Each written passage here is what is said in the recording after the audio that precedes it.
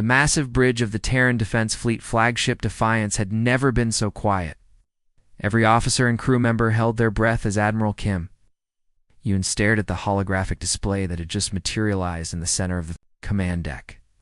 The image was crystal clear, showing 12 alien beings unlike anything humanity had ever encountered. The creatures varied wildly in appearance.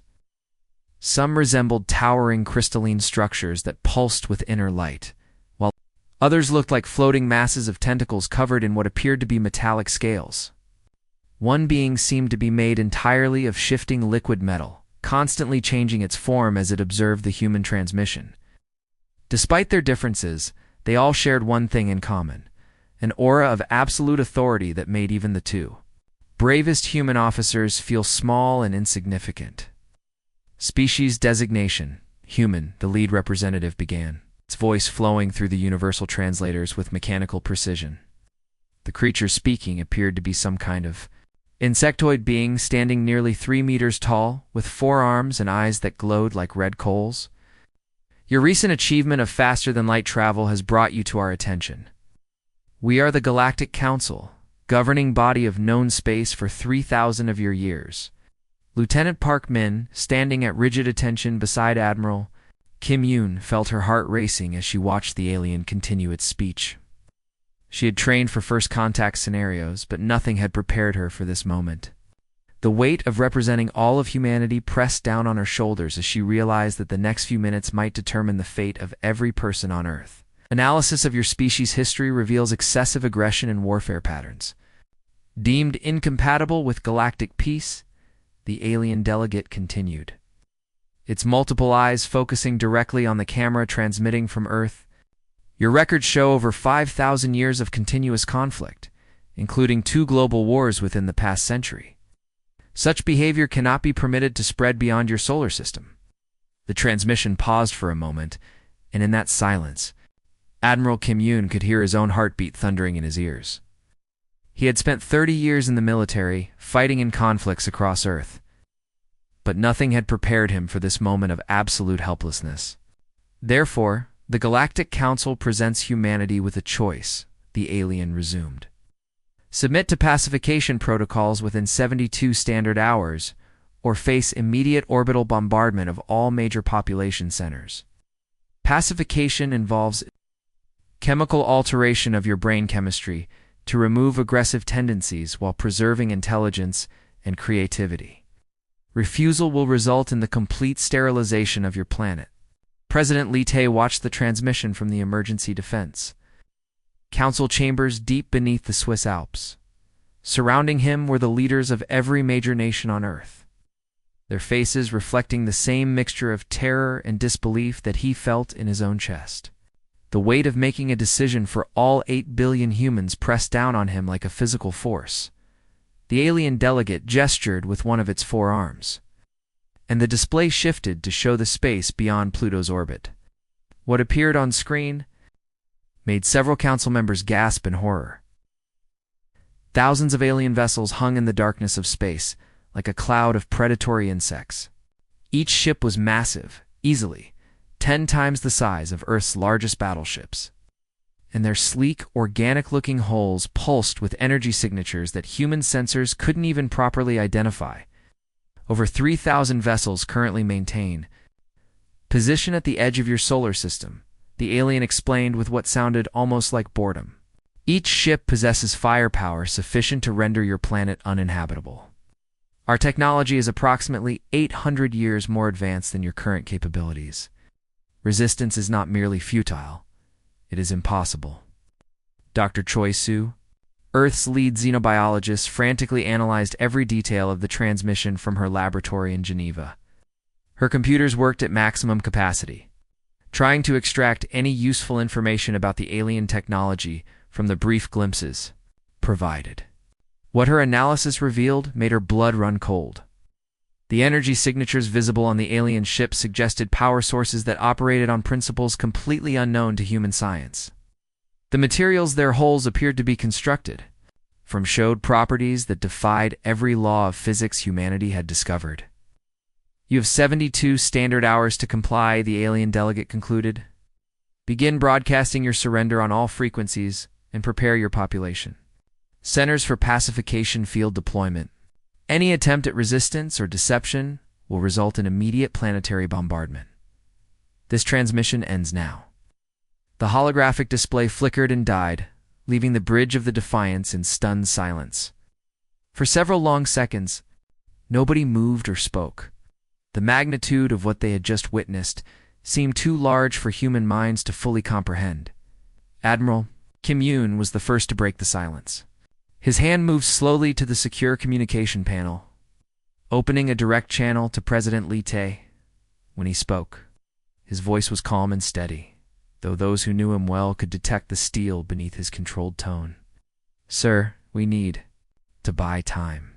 And sometimes, the best way to win a war is to let your enemy think they've already won." The words hung in the air like a challenge to fate itself, marking the beginning of humanity's greatest gamble. The underground conference room, beneath the Swiss Alps, had never witnessed such heated debate. President Lee Tae stood at the head of the massive oak table, watching as world leaders from every continent argued with desperate intensity. The weight of humanity's survival rested on the decision they would make in the next few hours. Prime Minister Bae Jun from the European Federation rose from his chair so violently that it toppled backward, clattering against the concrete floor. His face was red with anger and fear as he slammed both fists on the polished table surface. "We cannot simply surrender our humanity," he shouted, his voice echoing off the reinforced walls. "These aliens want to turn us into mindless sheep. I would rather die fighting than live as their pets." Several other leaders nodded in agreement, their voices rising in a chorus of defiant shouts. The Japanese Prime Minister spoke rapidly in her native language before switching to English. "Our ancestors fought for thousands of years to build our civilizations. We cannot throw that away now." President Lee Tae raised his hand slowly, and something in his calm demeanor gradually brought silence to the room. When he spoke, his voice was quiet but carried the weight of absolute authority. "We're not surrendering," he said, his eyes meeting those of each leader around the table. "We're buying time." The room fell completely silent as the implications of his words sank in. Prime Minister Bae Chen's anger transformed into confusion, then slowly into understanding. "You mean ... he began, but Lee Tae nodded before he could. "Finish. The aliens expect us to panic. They expect us to either fight uselessly or surrender completely. They don't expect us to be smart about this." Lee Tae activated a hidden holographic display that rose from the center of the table. "Director, Osei, please brief our colleagues on Operation White Banner." Director Osei stepped forward from the shadows where he had been waiting. As head of Earth's most secret intelligence operations, he was a man few people had ever seen, and fewer still knew by name. His weathered face showed no emotion as he began to speak. "For the past 6 months, we have been preparing for this exact scenario. Every major military installation on Earth has a hidden bunker beneath it. Every research facility has a secret twin facility buried deep underground." The holographic display showed a three-dimensional map of the solar system, with hundreds of small dots scattered throughout. "These are our real assets," Osei continued. "Research stations that appear abandoned but are actually fully operational. Mining facilities on asteroids that are actually weapons platforms. Even tourist installations on the moon that house some of our most advanced laboratories." Admiral Kim Yoon joined the briefing via secure video link from the bridge of the Defiance. His image appeared on the main screen, and the assembled leaders could see the determination in his eyes. "In 12 hours, I will personally oversee the most convincing surrender in human history. White flags will be raised at every military base on Earth. Our fleet will power down its weapons and assume surrender positions. Every news network will broadcast our apparent defeat. But what they won't see," Osei continued, "is the real mobilization happening beneath their notice. Every civilian transport ship is actually carrying military personnel to hidden positions. Every commercial satellite is actually a surveillance platform. Every research expedition that left Earth in the past year is actually a military unit in disguise." Dr. Choi Soo appeared on another screen, broadcasting from what looked like a standard laboratory, but was actually the hidden Mars research facility. Behind her, dozens of scientists worked frantically with strange devices that glowed with alien energy. 6 months ago, our archaeological teams on Mars made a discovery that changed everything, she explained. We found technology from a civilization that existed long before the Galactic Council. According to the artifacts we've decoded, this ancient race actually fought the Council to a standstill before mysteriously disappearing. The display showed images of strange, crystalline structures and metal devices covered in symbols that seemed to shift and change as they watched. We've been reverse engineering their technology in secret, Dr. Choi Soo continued. The aliens. Think we're primitive? We're about to show them that humanity's greatest strength has always been our ability to learn and adapt. Commander Shindo's voice came through the communication system from a location that appeared to be empty space, but was actually a cloaked transport ship. My Special Forces teams have been deploying to every hidden facility in the solar system. We have personnel stationed on Europa, Titan, Ceres, and dozens of other locations that the aliens don't even know exist. Each team is equipped with a combination of our most advanced human technology and reverse-engineered alien devices. Lite looked around the table at the faces of the world leaders, seeing their expressions change from despair to hope to fierce determination. The Galactic Council has made one critical mistake, he said. They assume that surrender means defeat. They don't understand that sometimes the best way to win a war is to let your enemy think they've already won. Captain Lim So's voice crackled. Through the communication system from her concealed command center beneath the Atacama Desert, the massive underground facility had been built in complete secrecy over the past 2 years. Its entrance hidden beneath what appeared to be a simple weather monitoring station. I'm tracking the alien fleet's approach, she reported. They're moving into position exactly as we predicted. They think we're helpless. The room fell silent as everyone absorbed the magnitude of what they were about to attempt. They were betting the survival of the entire human race on their ability to deceive beings, whose technology was centuries ahead of their own. In 48 hours, President Lite concluded, the galaxy will learn that humanity's white flags aren't symbols of surrender. They're war banners waiting for the right moment to strike. Fleet Commander Vorthnine stood on the bridge of his massive command vessel, watching Earth grow larger through the viewing ports with the satisfaction of a hunter approaching wounded prey. His elongated form, resembling a combination of spider and machine, moved with mechanical precision as he observed the planet below. In his 3 centuries of service to the Galactic Council, he had overseen the pacification of 17 different species. Each time had been the same boring routine: deploy the neurological dampening fields. Watch the primitive beings surrender their aggressive nature. Move on to the next assignment. The human surrender had been particularly swift and pathetic, their white flags flying from every military installation, their leaders broadcasting pitiful pleas for mercy across all communication channels. Their primitive warships powered down and drifting helplessly in space. Vorthnine had seen it all before. These young species always talked big until they faced real power, then they crumbled like sandcastles before the tide. Begin deployment of pacification field generators, he commanded his crew, his voice carrying the boredom of routine. Standard formation. This should be completed within 6 of their hours. The first wave of Council ships descended toward Earth's atmosphere, their hulls glowing with the energy of the neurological dampening technology. The devices would blanket the planet in invisible fields that would permanently alter human brain chemistry, removing their capacity for violence while leaving their intelligence intact. It was considered merciful by Council standards. Other species had simply been exterminated. That was when everything went catastrophically wrong. The first sign of trouble came from Mars. What appeared to be simple archaeological dig sites on the red planet's surface suddenly erupted with energy signatures that made every sensor on the Council fleet scream emergency warnings. Massive crystalline structures rose from beneath the Martian soil, their surfaces crackling with power that registered as completely unknown energy types on alien instruments. Admiral Kim Yoon watched from the bridge of the Defiance as his carefully planned deception reached its climax. For months, human scientists had worked in secret beneath the supposed archaeological sites. Reverse engineering technology from an ancient civilization that had once stood against the Galactic Council. The aliens believed they were observing primitive humans digging in the dirt, In reality, they had been watching humanity prepare the most sophisticated defense system in the galaxy. "All stations, execute Protocol White Banner," Admiral Kim Yoon commanded, his voice carrying across every hidden facility in the solar system. The irony of the code name was intentional. The white flags that had convinced the aliens of human surrender were about to become symbols of the galaxy's greatest military upset.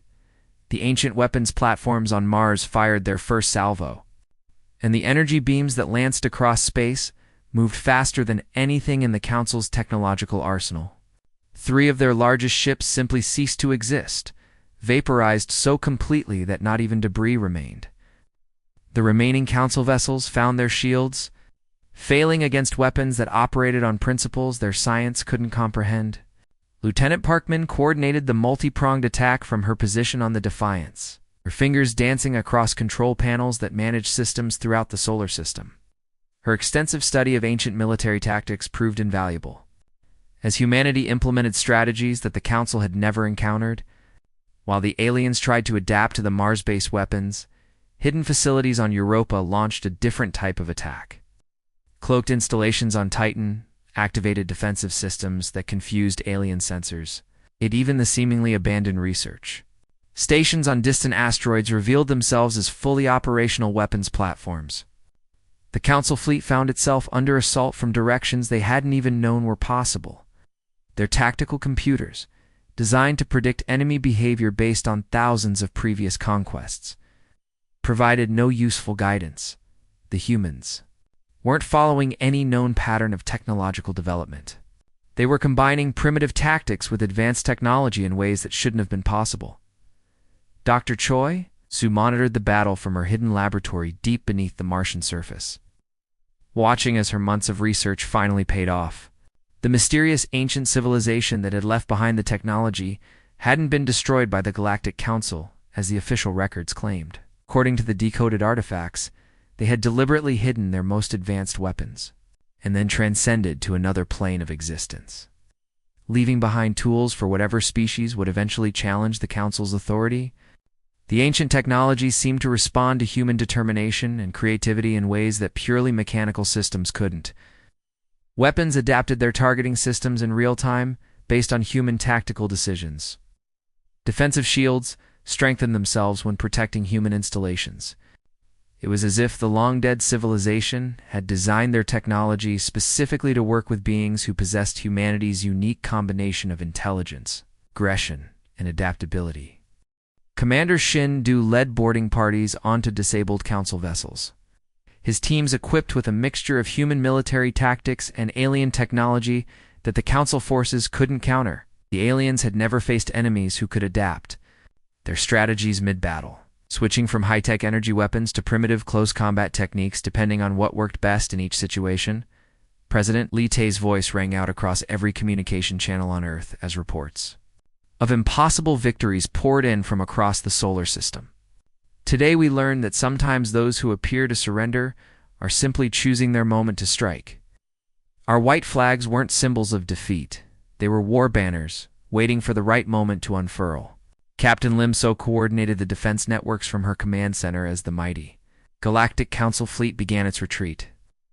Their pacification mission transformed into a desperate escape from an enemy they had catastrophically underestimated. War that erupted across the galaxy in the months following humanity's first victory defied everything the Galactic Council thought they knew about primitive species. In their 3,000 years of rule, they had conquered hundreds of civilizations, and each one had followed predictable patterns. Young species either surrendered immediately when faced with superior technology, or they fought desperately, using the same weapons and tactics until they were inevitably crushed. Humanity did neither. General Han Ki stood in the newly constructed command center on Luna Earth's moon, watching holographic displays that showed human forces operating across dozens of star systems. 6 months ago, he'd been a simple army general dealing with conflicts on Earth. Now, he commanded the most unpredictable military force the galaxy had ever seen. His promotion to lead Earth's Galactic Operations Command had come not because of his rank, but because of his ability to think in ways that confused even his human colleagues. The Council's military analysts had tried desperately to understand human tactics. But every time they thought they had figured out the pattern, humanity changed completely. Human forces would use advanced energy weapons in one battle, then switch to primitive kinetic projectiles in the next engagement. They combined thousand-year-old strategies from ancient Earth wars with technology that surpassed even Council. Engineering. Admiral Kim Yoon commanded the first human strike fleet to leave the solar system, a collection of ships that looked nothing like traditional spacecraft.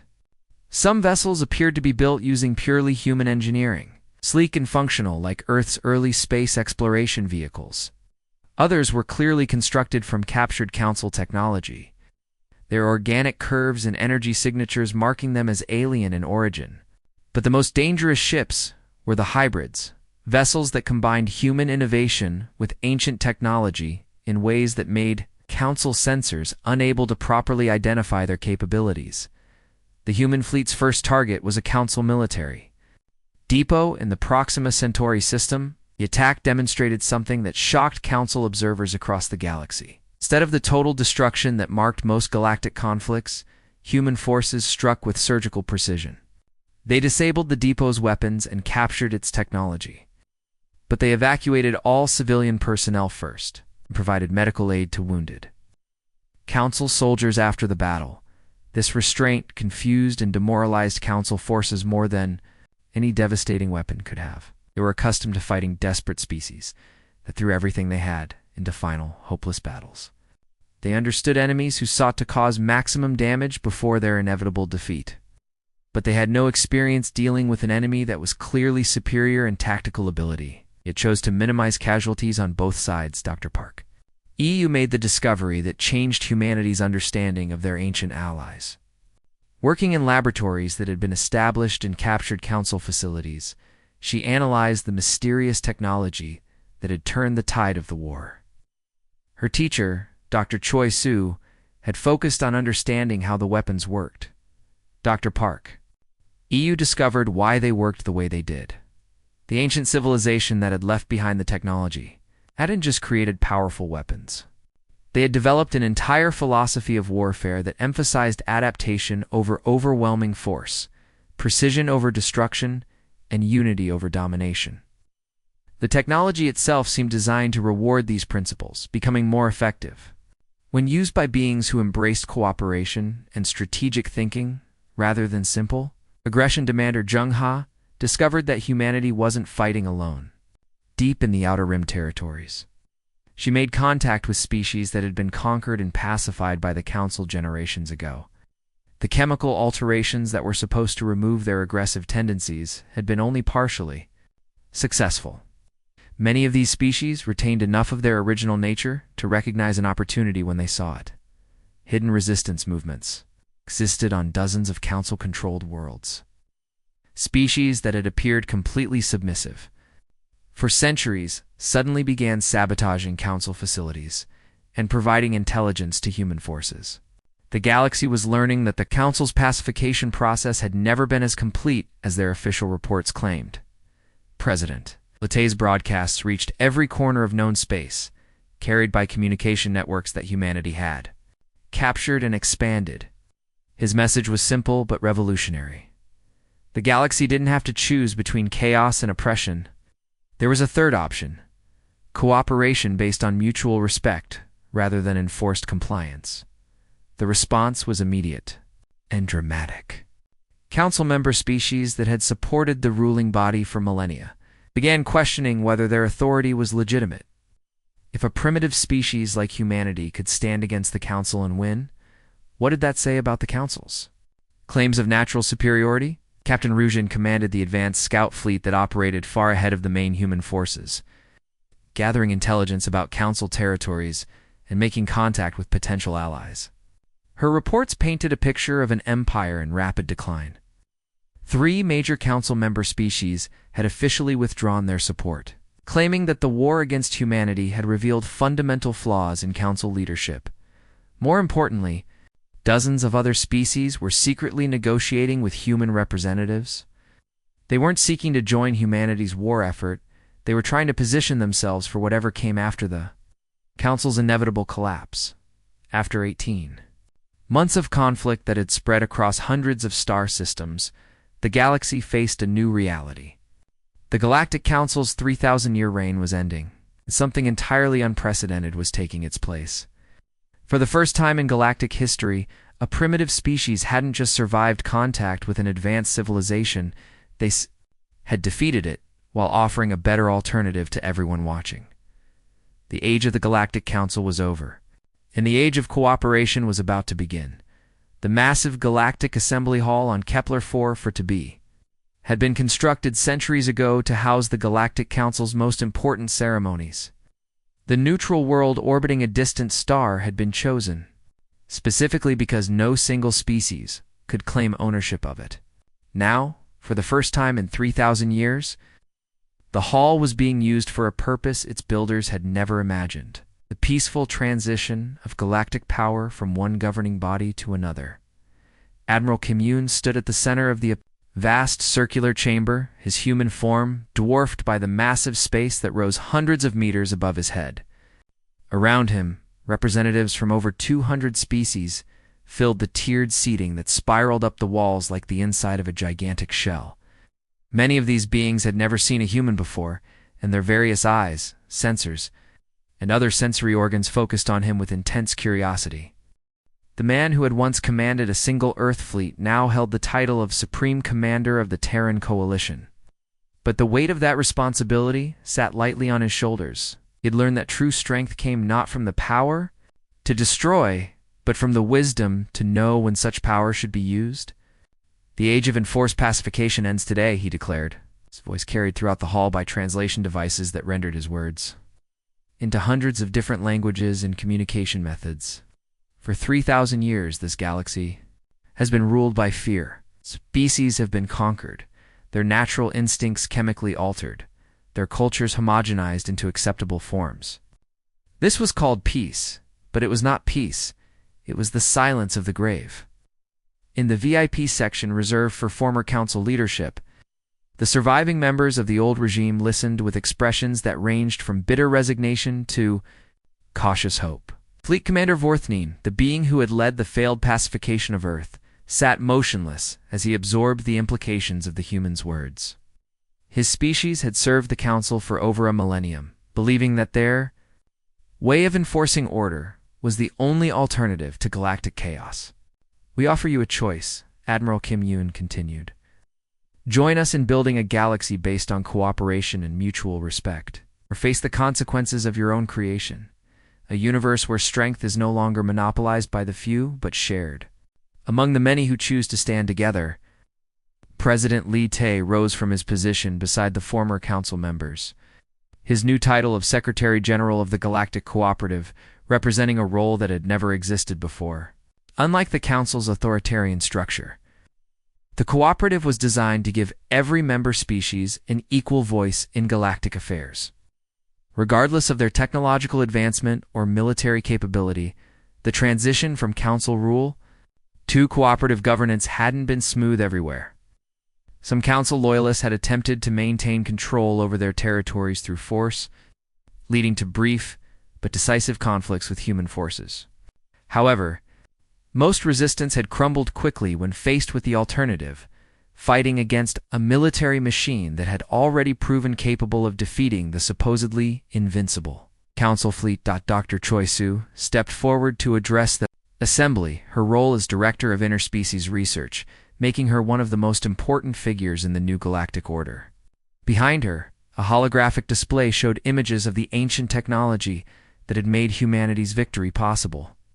"We have made a discovery that changes our understanding of galactic history," she announced. "The ancient civilization that left behind the technology we used to defeat the Council did not vanish as we originally believed." The display shifted to show complex energy patterns that seemed to pulse with life, despite being composed entirely of light. It'd be evolved beyond physical existence, transcending the limitations of matter and energy. Before their transformation, they deliberately hid their technology throughout the galaxy, leaving it as a test for future species. The test was not one of military might, but of wisdom and principle. Murmurs of surprise and wonder rippled through the assembled representatives as the implications sank in.